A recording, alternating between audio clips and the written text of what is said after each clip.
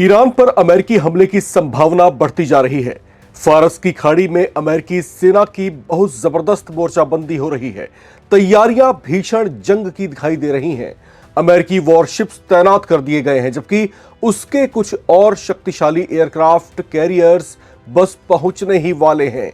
Iran में भारी विरोध प्रदर्शनों के बीच अली खामेनेई के नेतृत्व वाली ईरानी सरकार बहुत बड़े बाहरी संकट से घिर चुकी है।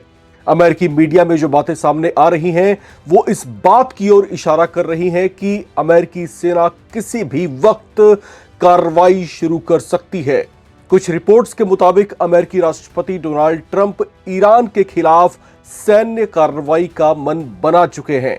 द वॉल स्ट्रीट जर्नल ने अमेरिकी अधिकारियों के हवाले से बताया है कि राष्ट्रपति ट्रंप ने कुछ ऐसे सैन्य विकल्पों की मांग की है जो निर्णायक हो, जबकि कुछ रिपोर्ट्स में ये दावे भी किए जा रहे हैं कि इसे लेकर अमेरिकी रक्षा मंत्रालय और अमेरिकी सेना के मुख्यालय पेंटागन जो है एक्शन में आ चुके हैं। बताया जा रहा है कि अमेरिका ईरान में सत्ता परिवर्तन कराने की योजना पर काम कर रहा है, जिसमें ईरान के supreme leader Ayatollah Ali Khamenei समेत उनके कुछ समर्थकों और शीर्ष ईरानी अधिकारियों की गिरफ्तारी भी शामिल हो सकती है। इस समय सबसे बड़ी हलचल अमेरिका के परमाणु ऊर्जा से संचालित बेहद विशालकाय जंगी बेड़े यूएसएस अब्राहम लिंकन को लेकर है, जो किसी भी वक्त मिडिल ईस्ट में पहुंच सकता है। इसे साउथ चाइना सी से गल्फ की ओर ले जाया जा रहा है। अमेरिका इसे तभी कहीं डेप्यूट करता है जब कहीं पर युद्ध की संवेदनशीलता हो। इसको चलता फिरता बैटलफील्ड भी कहा जाता है, जो समुद्री लड़ाई या समुद्र से जमीन पर हमले के लिए अमेरिकी सेना को शक्ति प्रदान करता है। इसे गल्फ में और वो भी फारस की खाड़ी के आसपास भेजे जाने का सीधा सा अर्थ यही है कि इस रीजन में अमेरिकी सेना कुछ बहुत बड़ा करने की तैयारी में है। अगले 48 घंटे बेहद विशेष बताए जा रहे हैं। यह भी कहा जा रहा है कि बस यूएसएस अब्राहम लिंकन के अपनी पोजीशन पर पहुंचने की देर है। इसके बाद अमेरिका किसी भी समय ईरान पर सैन्य कार्रवाई शुरू कर देगा। बड़ी अपडेट यह है कि यूएसएस अब्राहम लिंकन अमेरिकी सेंट्रल कमांड जोन में पहुंच चुका है। साथ ही अमेरिकी C-37B एयरक्राफ्ट भी ईरान के उत्तर में तुर्कमेनिस्तान के अशगाबाद बेस पर पहुंच गया है। रॉयटर्स की ओर से जारी रिपोर्ट के मुताबिक अमेरिकी aircraft carrier USS Abraham Lincoln 20 not की रफ्तार से आगे बढ़ रहा है और अपनी लोकेशन को छिपाने के लिए इसने अपने ऑटोमेटिक आइडेंटिफिकेशन सिस्टम को भी ऑफ कर दिया है।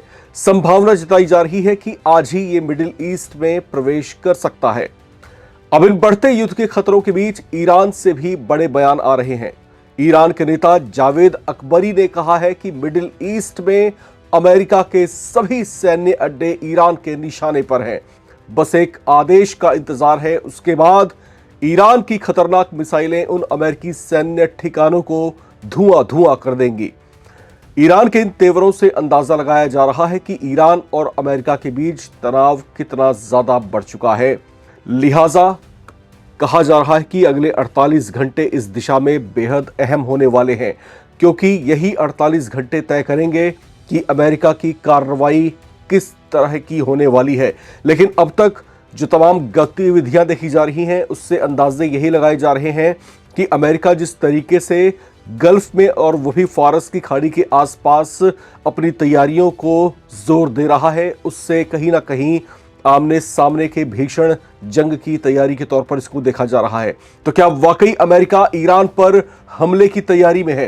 क्या वाकई में गल्फ में एक नए युद्ध की शुरुआत होने वाली है?